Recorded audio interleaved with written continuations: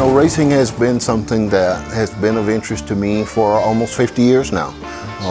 I built my first car with my dad when I was 12 years old, before I even had a license, and you know, that just kind of mushroomed into kind of a lifelong passion for not only restoring cars and just efficiency in that, but high performance in racing. You know, it was a very pleasant day, and a day that I didn't have to work, and I suddenly decided it was time to go inside and take a shower and get cleaned up. And after I did that, I started feeling shortness of breath and hot flashes and sweaty, and then something that hadn't occurred before. My chest started to hurt really bad.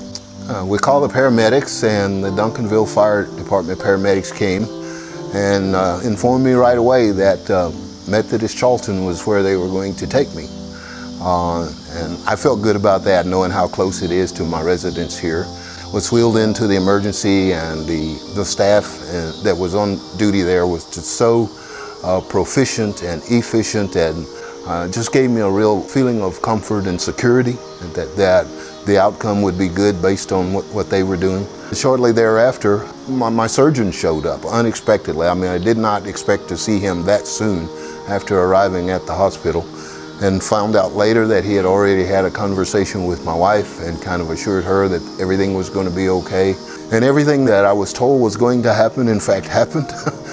My doctor, Dr. Patel, told me that it would be about a 45-minute procedure, and within 45 minutes I would start to feel a whole lot better. A couple of the members from my church showed up, and I asked one of the brothers from my church to say a prayer as well, and he did, and took my family out and said a prayer. And I promise you that from that point forward, it felt like I was surrounded by angels for the rest of the time I was there.